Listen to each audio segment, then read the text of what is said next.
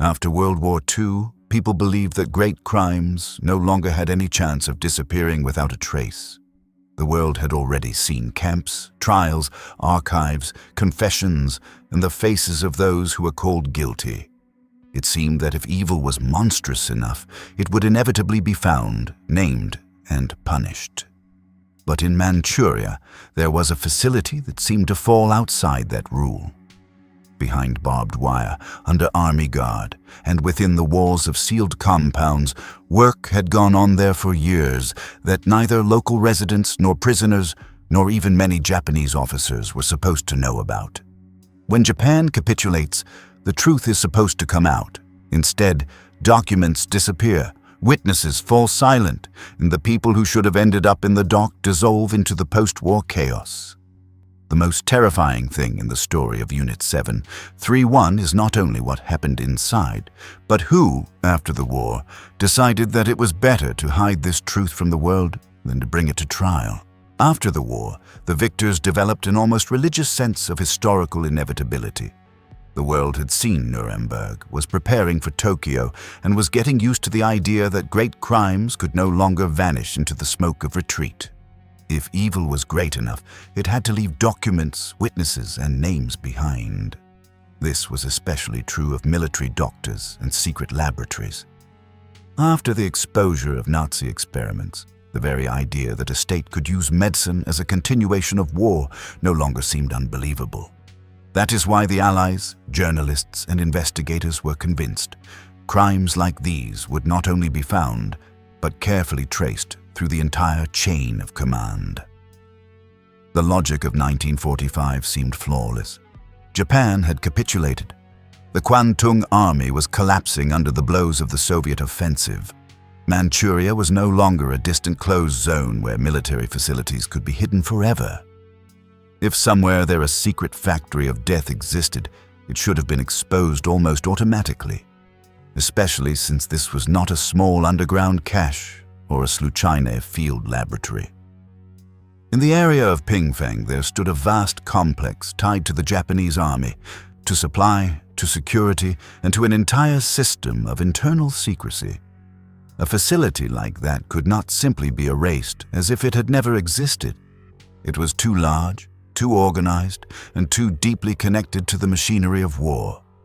But in the case of Unit 731, that rule begins to crack at the very moment when the war has not yet formally ended in all its outer territories. August 1945. Soviet forces are rapidly entering Manchuria. Lines of communication are breaking. Garrisons are receiving contradictory orders. And inside the secret complex, the preparation is not for surrender, but for disappearance. The leadership of the unit understands the main thing before many others do. The danger now is not only in the advancing armies, but in the fact that evidence may remain behind the walls of the base. The traces must be destroyed before foreign eyes can see them. A hurried liquidation begins of documents, equipment, and everything that could connect the facility to the bacteriological warfare program. But the matter does not end with papers alone. To erase the past, it is necessary to destroy not only the archive, but also those who could tell what happened inside. The orders become completely clear. Silence must be total. The complex that only yesterday functioned as part of the military system now turns into a mechanism of self-erasure, operating in fear and haste. And here the central post-war belief collapses. The facility existed. The people existed. The victims existed. Yet instead of immediate public exposure, a strange silence appears. Not the silence born from a lack of facts, but the kind of silence that appears when someone very quickly and very deliberately removes the facts from the world's field of vision. From this moment on, the story of Unit 731 ceases to be simply the story of a secret base. It becomes an investigation into another, more disturbing question. If a crime on this scale truly existed, why did the world not see an immediate trial? And who exactly, after the war, turned out to be interested not in full exposure, but in managed silence? In this story, the main character is neither an assault soldier nor a tribunal prosecutor. At the center stands a man from another world. His name is Murray Sanders. In 1945, he is 35 years old. He is a lieutenant colonel in the U.S. Army, a physician and microbiologist accustomed to looking not for loud confessions, but for traces visible only to a specialist. He does not resemble a hunter of war criminals in the usual sense. His weapon is knowledge of bacteria, infections, and laboratory work. That is precisely why his appearance is so important. He must understand what an ordinary investigator would not see, even if papers, testimonies, and the remains of destroyed equipment were placed directly in front of him. Sanders is connected to the American biological warfare program and does not end up in post-war Japan by chance. The occupation authorities are looking for a man who can distinguish scientific bluff from real weaponry. They need not just an officer, they need a specialist capable of recognizing danger where others would see only ruins and rumors. By this point, Japan has already capitulated, but its military machine still casts a long shadow. Behind staff papers and orders lie programs about which many of the victors know only from fragments of information. It is into this fog that Sanders enters, a man tasked with determining just how far the Japanese army had gone. His assignment sounds dry and almost technical: to establish whether Japan had a real bacteriological warfare program, to find out who led it, where the key materials were located, and how dangerous they were. On paper, it is an inquiry. In reality, it is an entry into a space where science had long since become a continuation of war. Very quickly, it becomes clear that this is no simple inspection. Every answer here leads not to resolution, but to another door behind which there are more questions than evidence. Sanders arrives as a researcher, but finds himself inside an investigation where not only truth is at stake, but the price of that truth for the victors themselves. And this is what makes his role so particular. He does not enter the story carrying a ready-made verdict. First, he must establish the facts, but the facts slip away. Behind every mention of a laboratory stands military secrecy. Behind every name, silence. Behind every rumor, the fear that the most important materials have already vanished along with the people who issued the orders. Sanders understands something that is not yet obvious to the public. If Unit 731 was truly a major program, it could not have been the improvisation of a few fanatics. Such a facility required transport, supply, security, personnel, financing, and a link to command. That means this was not an episode, but a system built into the war itself. That is precisely why his mission almost immediately takes on a double meaning. On one side, he is supposed to help expose a possible crime. On the other, the American command wants to understand what value the Japanese results might hold. Already here, even before the full truth is revealed, cold calculation enters the story, and later it will change everything. For Sanders, this is not some abstract argument between lawyers in offices. He looks at the subject as both a scientist and an officer. If the Japanese went further than had previously been believed, then for the United States the issue becomes not only one of trial, but one of strategic knowledge. And the more terrible the discovery, the greater the temptation to make it a matter of secrecy rather than accusation. And yet at the beginning of the path, he is still moving within the logic of a post-war investigation. Somewhere there must be the leader of the program. Somewhere there must still be lists, reports, facility diagrams, and the names of doctors. Somewhere there are people who saw too much. That means that if enough pressure is applied, the picture should come together. That is what the very spirit of 1945 demands. But from the beginning, this story has one disturbing peculiarity. Sanders is searching not only for the guilty, but also for an answer to the question of why the information about the program is so blurred. The deeper he looks, the more clearly he feels that before him lies not merely destroyed paper, but a curtain prepared in advance. Someone understood very early that defeat could be survived if silence survived with it. The name Shiro Ishii is not yet spoken aloud in full force, but it is already emerging through scraps of information and other people's caution. Sanders does not yet see the whole structure, but he senses its scale. If the rumors are true, then before him stands not a single secret facility, but an entire network in which medicine, the army, and war had fused into one mechanism operating far from the eyes of the world. So the second act begins, not with an arrest and not with a confession, but with the appearance of a man who was supposed to establish the truth and who himself became part of its fate. He arrives in Japan as a specialist capable of uncovering the program. But very soon it will become clear that the main obstacle ahead lies not only in the lies of the defeated, but in the interests of the victors. Autumn 1945. Japan has already capitulated, but inside its military system the old habit of silence still lives.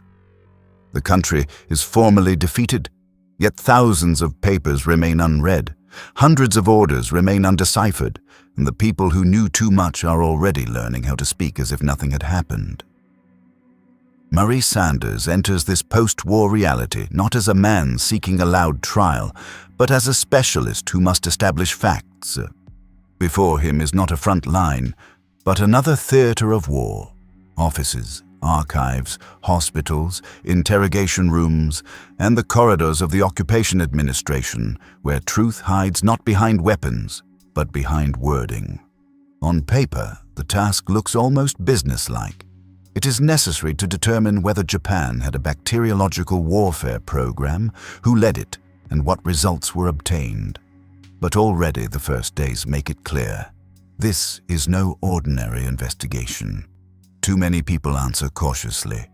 Too much information falls apart into fragments and refuses to form a complete picture. Occupied Japan lives in a double rhythm. On the surface, everything resembles the end of war. Disarmament, allied orders, the confusion of the army, changing signs on institutions.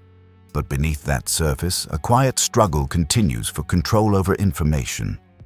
While some are surrendering swords, others are destroying papers, constructing cover stories, and agreeing in advance on their future answers.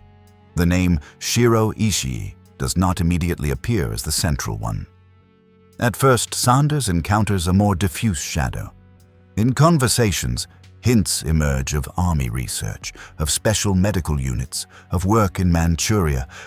The words sound dry, almost emotionless, as if this were about an ordinary sanitary service rather than a machine of hidden war. And that is exactly what alarms him most. When people are truly telling the truth, their versions rarely align in detail. Here the opposite is felt. The interlocutors avoid direct formulations in the same way. They choose the same safe words, reduce the scale, and reduce everything to defensive measures and medical necessity. This is no longer chance, it is a disciplined collective silence. Sanders begins to see the main thing. Before him lies not one secret, but an entire network. If the program existed, it could not have rested only on laboratory tables. It required transport, supply, security, command, links to army structures, and access to living material. That means this is not a private initiative, but a system built into the logic of war. The deeper he advances, the more clearly the geography of that system emerges. The threads lead to Manchuria, to a territory where the Imperial Army had acted for years with special freedom. There, the distance from the center was great enough to hide the most important things, while military power was strong enough to turn a closed facility into a space inaccessible to outside eyes. Pingfang begins to sound like one of those names that at first promise nothing special. An ordinary district, an ordinary point on the map behind which anything could be hidden. But the more often this trace appears, the clearer it becomes. Sanders is not dealing with some accidental laboratory. Somewhere there stood a complex too large, too organized, and too expensive for a secondary project. Most important is something else. The Americans begin to understand that if the information is true, then this is not simply about research in a sealed room.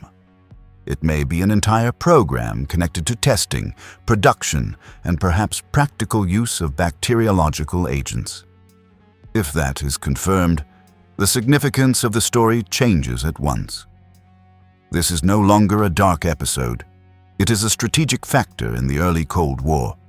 And here another force enters the investigation, invisible yet constantly felt. The Soviet Union has already entered Manchuria. Soviet forces have access to prisoners, facilities, fragments of documents, and witnesses on the ground. For Washington, this means one simple and harsh thing. Whoever first understands the true scale of the Japanese program will gain not only knowledge, but advantage.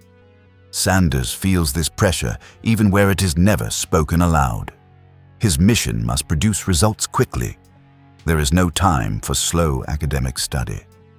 If the Japanese manage to destroy the traces and align their testimonies, the picture will fall apart. If the Soviet side gathers fuller data first, the United States will be left in the position of catching up. And that is unacceptable. Each new conversation confirms that the Japanese side is buying time. Former officers and doctors do not refuse to speak altogether.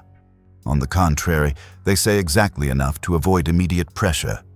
They describe the structure vaguely, detach themselves from decisions, cite incomplete awareness, and try to present dangerous research as a defensive reaction to wartime threats. That is how the first real danger to the investigation appears. The lie here is not crude. It is careful, measured, and therefore especially hard to expose. If Sanders were facing total silence, he would see a direct refusal. But before him lies a stream of half-truths in which each statement appears reasonable on its own, while together they form a picture far too convenient to be genuine. At the same time, another stake is rising. If the facts about mass experiments on human beings and the military significance of the program surface, immediately and in full, the blow will not fall only on defeated Japan. It will affect the entire system of post-war administration. Questions will arise about who knew what and when, why some figures were not arrested at once, and what is being done with the materials obtained. That is why, from the very beginning, the investigation is trapped between two fears. One fear is to lose the evidence forever. The other is to obtain evidence of such force too quickly that it alters the entire political logic of the occupation. Sanders does not yet say this directly, but he already understands. The closer he comes to the truth, the less convenient that truth becomes for everyone involved in the game. At this stage, he still does not have the full scheme of Unit 731 before him, but he already has a sense of scale that cannot be ignored. It is felt in the tension of the interlocutors, in missing papers, in explanations that are too smooth, and in the way certain people carefully avoid key names. They do not behave like random witnesses. They behave like members of a system that has survived defeat. That is exactly why the investigation gradually changes rhythm. Sanders is no longer simply gathering information. He begins checking who is connected to whom, which formulations repeat, and why the same topics produce the same caution in different people. The war is over, yet he increasingly sees before him the discipline of a secret unit that has not fully dissolved. The farther this goes, the more clearly a terrifying possibility emerges. If the program in Manchuria was truly what the indirect evidence suggests, then behind dry scientific words lay not protection from infection, but the production of controlled death. And if that is so, then the failure of the investigation would mean more than a failed inquiry. It would turn a mass crime into an archival shadow, convenient for everyone. That prospect defines the stakes of the entire act. If the Japanese maintain their silence, and if the traces in Manchuria turn out to have been destroyed, the truth will dissolve into rumor. Then the usual post-war blurring of memory will begin. Doctors will become officials, officers will become respectable specialists, the participants in the program will dissolve into peaceful life, and the facility itself will become a subject of doubt and guesswork. By the end of this phase, Sanders still does not know the full depth of the future deal.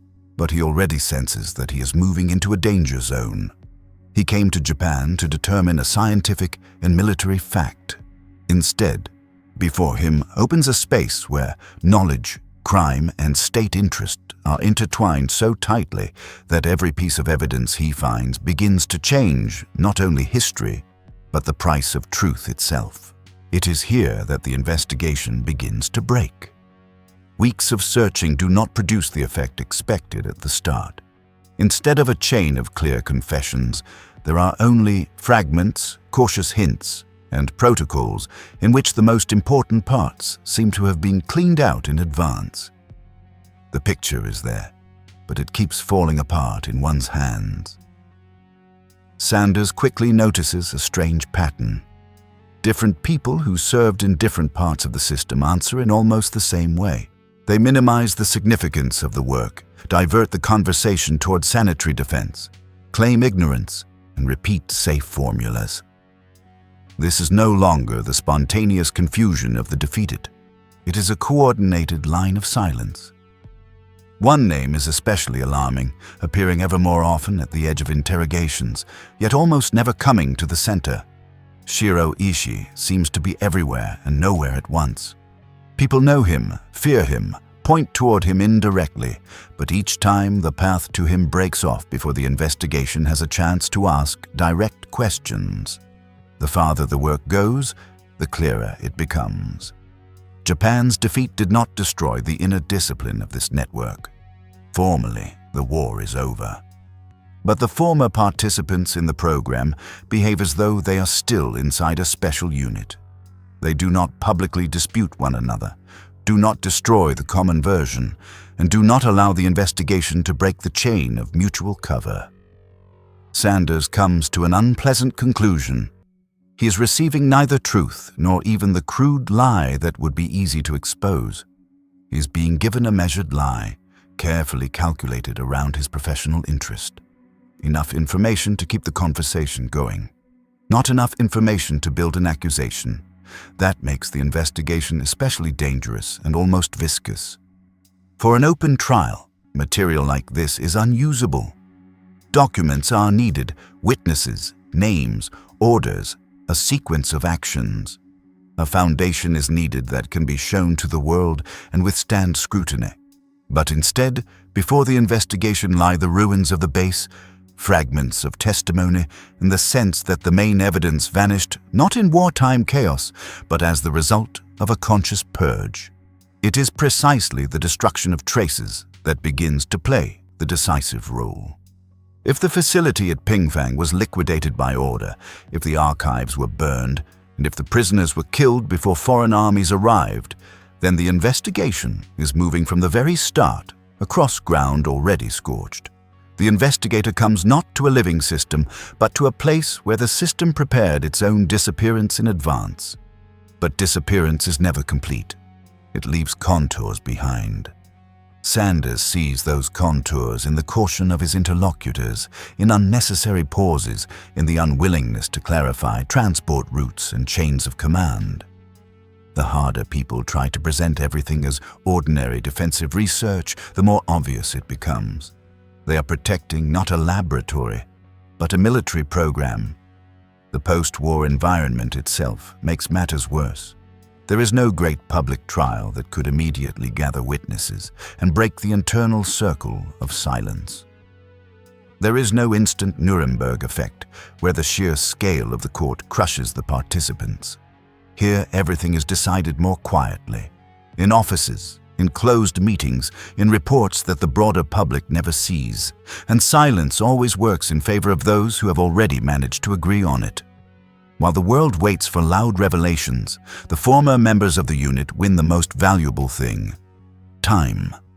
In that time, formulations can be refined, roles distributed, individuals separated from decisions, and a mass crime can be transformed into a set of faceless scientific terms emptied of human content. Against this uncertainty, another pressure is growing. The American side needs results, and quickly. Soviet forces already have access to Manchuria, to prisoners, and to the remains of the material base. In Washington and within the occupation administration, they perfectly understand if the full picture reaches the other side first, it will not only be a political defeat, but a strategic loss. It is at this moment that the Japanese side begins to understand the hidden weakness of the American investigation. The United States is interested not only in the crime as an object of trial, it is also interested in the value of the data itself. If the Japanese truly went further in bacteriological warfare than had been believed, then their knowledge becomes the subject of a separate, very cold interest. This changes the atmosphere of the interrogations almost imperceptibly, but irreversibly. Former officers and doctors feel it. Before them stands not simply an accuser. Before them stands an interlocutor who needs information. And if information is needed, then it can be traded. From that moment, the investigation begins to shift off the rails of justice and toward a complex and morally dangerous bargain. For Sanders, this is a crisis in the most direct sense. He came to establish the truth about a military program, but discovers that truth itself is ceasing to be an end in itself. The more valuable the data, the weaker the desire to make it public immediately. The more terrible the contents of this story, the stronger the temptation to remove it from the sphere of trial and place it in the sphere of secrecy. From this comes the feeling of almost inevitable defeat. The investigation still continues, protocols are drawn up, names are collected, but the logic of the process is changing before one's eyes. It has no open stage, no catharsis, no moment when the world will see the crime in full. There is only a growing likelihood that the most important facts will be judged too useful for public exposure. Sanders is caught between two failures. If he does not obtain enough information, the truth will drown in rumor and post-war oblivion. If he obtains too much valuable information, it may disappear not in the flames of burned archives, but in the closed folders of the victors. In both cases, the victims lose the same thing, a full and clear judgment of the system. That is why this phase of the story sounds more terrifying than many combat episodes. On a battlefield, defeat is visible at once. Retreat, smoke, wrecked machinery, dead bodies. Here, defeat looks different. It arrives quietly, in the form of a smoothed-out phrase, a missing appendix to a report, a delayed decision, an unasked question, and an explanation too convenient for everyone to accept. The deeper Sanders goes into this fog, the more clearly he understands. Truth may lose not because there is no evidence, but because the evidence is too valuable. Not because the guilty vanished without a trace, but because their traces begin to be treated as a resource. That is the true crisis of the story. The moment when morality collides with state calculation. By the end of this phase, the investigation has not yet been stopped, but internally it is already mortally wounded. It looks less and less like a path to a public verdict, and more like a struggle for control over knowledge. And in that struggle, the danger lies not only in Ishii's men hiding the past, but in those who are beginning to understand what profit can be extracted from that past. The turning point in this story does not come in a courtroom and not at the moment of an arrest. It arrives more quietly, almost soundlessly, when the American side begins to understand that before it lies not merely the traces of a monstrous crime, but a mass of data that may prove more important than the public punishment of the guilty themselves. Until this point, the investigation could still be perceived as a path toward accusation. Yes, difficult, tangled, drawn out, but still leading to a tribunal. Now the direction changes. The question is no longer only what Unit 731 did, but who will first obtain the full picture of the Japanese bacteriological warfare program and be able to dispose of it. It is precisely here that knowledge begins to displace justice. For some, this is a mass crime hidden under the guise of science. For others, it is military information of exceptional value. If the Japanese military doctors truly advance this far, then their materials can be regarded no longer as evidence, but as a strategic resource of the post-war world. From this moment, the former participants in the unit feel the change almost physically. They understand. Before them stands no longer only an investigation demanding confessions. Before them stands a system that needs information. And if information is needed, then it can be exchanged for the main thing. Not for acquittal, but for a chance to avoid real public retribution. Thus arises the darkest logic of the entire story. The more terrible the crime committed, the higher the price of the information obtained at the cost of that crime. And the higher the price of that information, the stronger the temptation to remove it from the space of morality and law and transfer it into the space of secret memoranda, military reports, and closed decisions. Ishi's former men quickly understand the rules of the new game. They are no longer simply hiding and denying. Now they measure out information differently, not as defense against the investigation, but as a commodity for negotiation. Their silence becomes a form of pressure. Their willingness to speak becomes leverage. Their past, which only yesterday led to the scaffold, turns into a dangerous currency. The American side, in turn, moves ever farther away from the logic of immediate accusation. Instead of a rapid shift toward an open trial, a careful extraction of information begins. Each new confession is examined not only as proof of a crime, but as a source of scientific and military usefulness. And that is exactly what changes the fate of the entire investigation. Later, Lieutenant Colonel Arvo Thompson joins this line, and the overall trajectory becomes even clearer.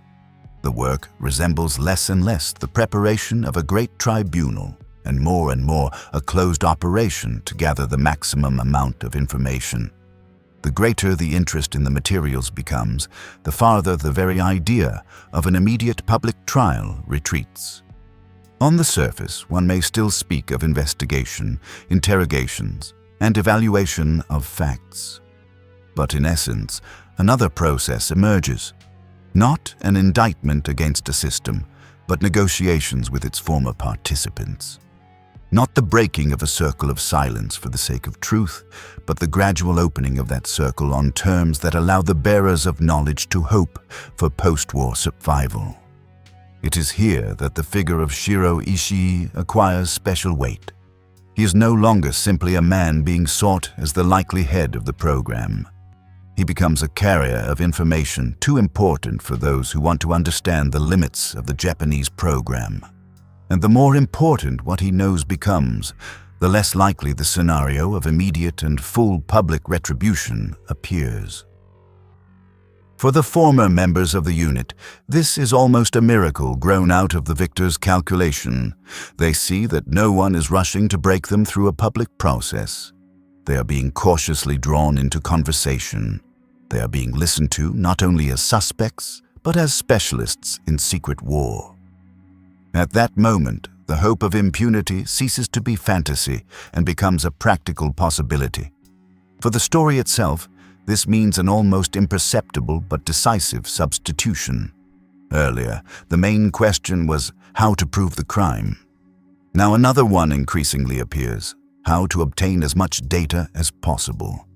From that shift, everything changes. Even truth begins to be assessed not by its moral force, but by its usefulness to the state that won the war.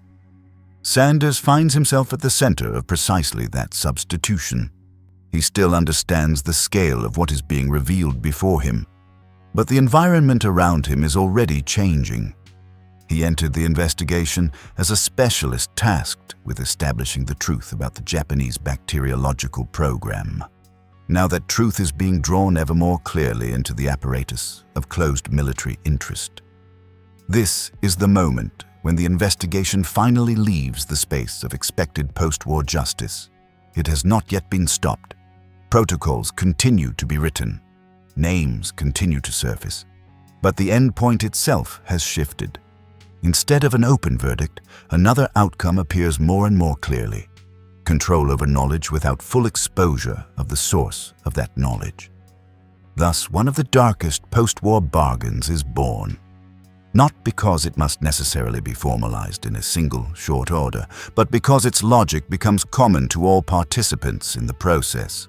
The guilty understand what they can pay with. The victors understand what they want to obtain. And the victims, who are no longer in the room where the negotiations take place, lose their voice completely.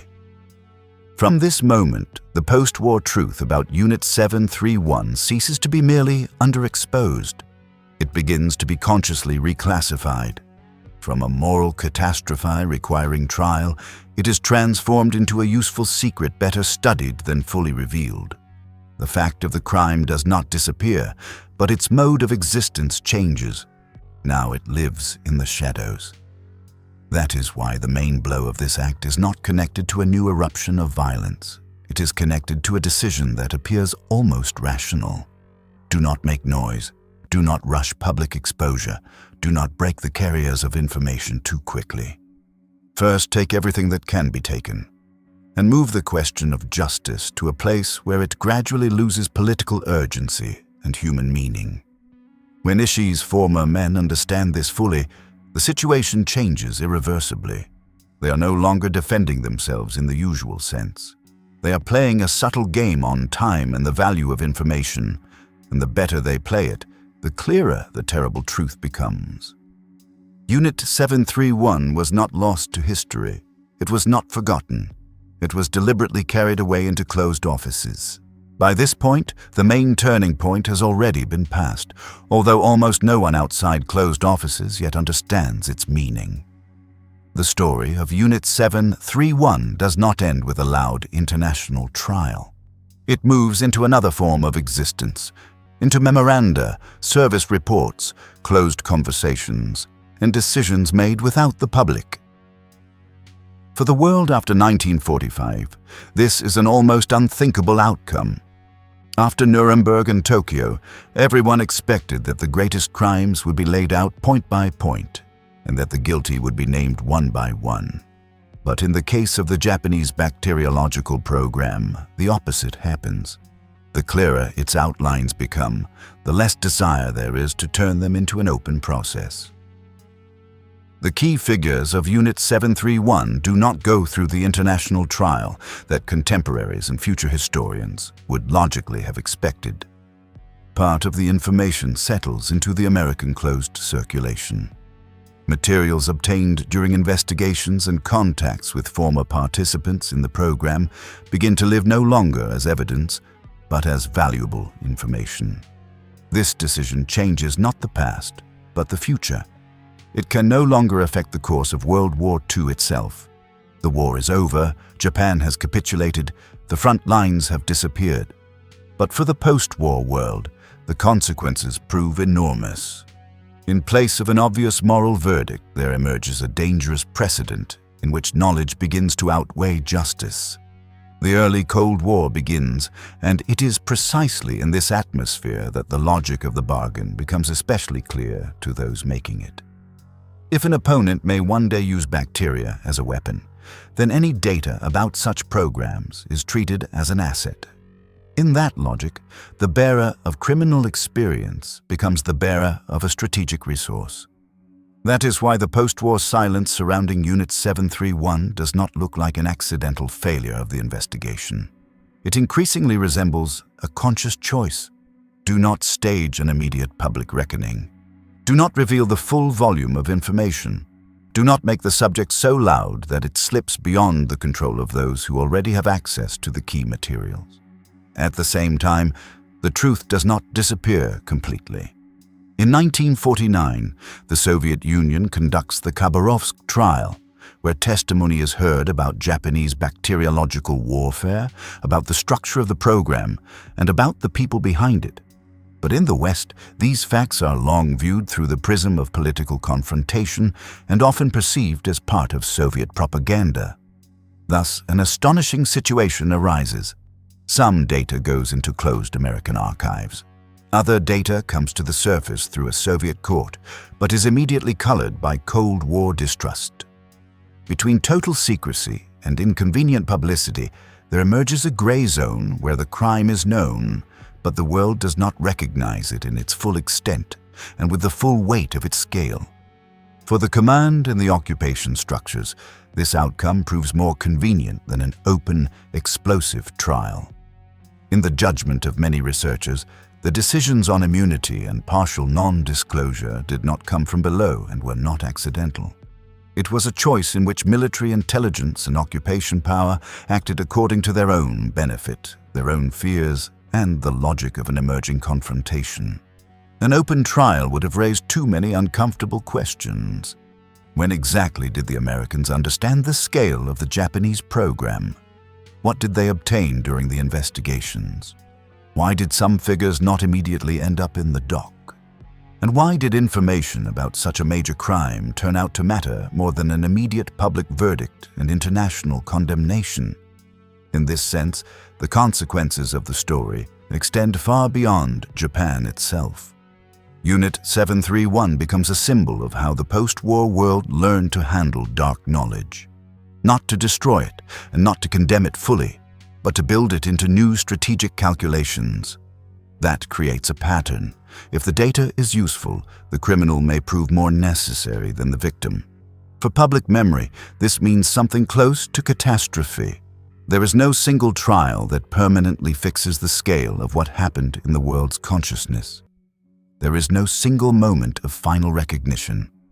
There is a fragmented truth, part in rumors, part in closed materials, part in trials no one believes, and part in the biographies of people calmly entering peaceful life.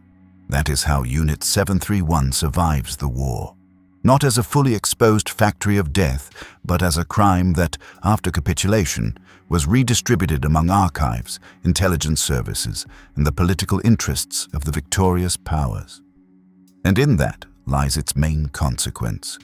The world showed that sometimes it is ready to hide the monstrous, not because it does not know, but because it knows too well. After the war, Murray Sanders returns to his profession and once again finds himself in a world where everything looks familiar: laboratories, medical work, scientific language, the discipline of facts. But his name is already tied to a story that did not end with Japan's capitulation. It merely changed form and went deeper into the closed memory of the post-war world, and this is the dark fate of the main character. He entered the case as a specialist meant to establish the truth about the Japanese bacteriological program. But instead of a clear line from investigation to trial, he found himself inside a process where truth constantly collided not with a lack of evidence, but with the interest of states in the evidence itself. Sanders does not become a public accuser remembered as the man who completely exposed a monstrous system. His story is different. He remains a figure standing on the border between science, war, and morality. That is why his role is so unsettling. He became a witness to the moment when knowledge of a crime became too valuable for the victors to make it fully public. Meanwhile, the fate of the men who formed the core of Unit 731 unfolds in a way that would have seemed impossible only recently. Shiro Ishii avoids the kind of international punishment that after 1945 seemed natural and inevitable. Other participants in the program do not disappear into prisons before the eyes of the world either. Many simply move into a new, peaceful life. This is perhaps one of the most terrifying post-war episodes in the whole story. People connected to a program in which human lives were turned into material for military science do not always remain marked as eternal criminals.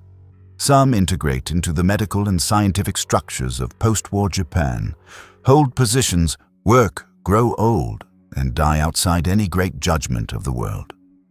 That is why the story of Unit 731 does not end in August 1945.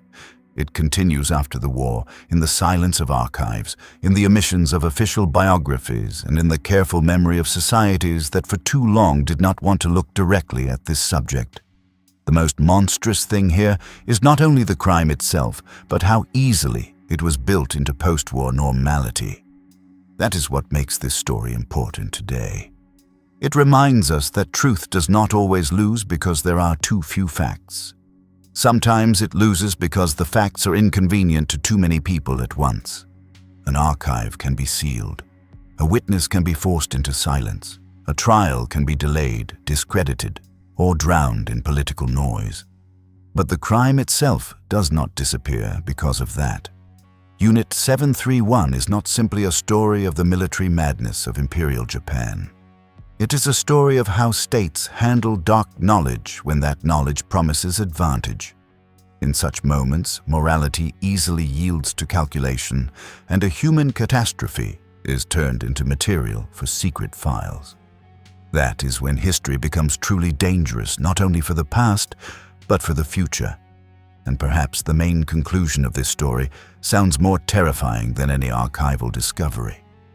The world was silent, not because it did not know. The world was silent because some of the most powerful forces of the post-war era decided that what was hidden behind the name Unit 731 was better preserved as a useful secret than released into open court. That is why this crime remained for so long not forgotten, but hidden